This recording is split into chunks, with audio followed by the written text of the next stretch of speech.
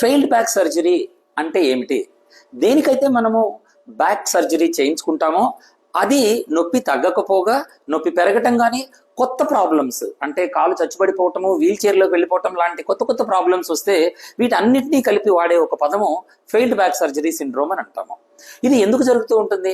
చాలా మటుకు స్పైన్ మధ్యలో డిస్క్లు అనేవి ఉంటూ ఉంటాయి. ప్రతి రెండు ఎముకల మధ్యలో ఉండే డిస్క్ అనే పదార్థము మనం చూసినప్పుడు ఈ మాదిరిగా ఉంటాయి. చుట్టూ గట్టిగా ఉండి లోపల చిక్కటి జిగురు లాంటి పదార్థము జెల్ అంటాము, న్యూక్లియస్ పల్పోసస్ అనేది ఉంటూ ఉంటుంది. అయితే మనం ఎక్కువ ప్రెషర్ వేసినప్పుడు ఇది లీక్ అయిపోతూ ఉంటుంది. ఇది ఇలా చూసినప్పుడు ఇక్కడ చూస్తే మీకు ఇలా ప్రెషర్ వేస్తే ఇక్కడ ఉండాల్సిన జెల్ బయటికి లీక్ అవుతూ ఉంటుంది. ఎలా వస్తుంది? ఇది కట్ అయ్యి ఈ డిస్క్ ఓపెన్ అయిపోయి ఇందులో నుంచి జెల్ అనేది లీక్ అయిపోతూ ఉంటుంది. అప్పుడు ఈ మాదిరిగా వెనక్కి జెల్ లీక్ అవటము, ఈ కిందకు వెళ్లే నరం మీద, కాలుకు వెళ్లే నరం మీద అది ప్రెషర్ వేయటం వలన సయాటికా అనే జబ్బు వస్తుంది. అది తగ్గించడం కోసం మనము సర్జికల్గా వెళ్ళి దీన్ని కట్ చేసి తీసేస్తూ ఉంటారు. ఈ కట్ చేసి తీసినప్పటికి కూడా ఎలాంటి అవకాశము లేదు.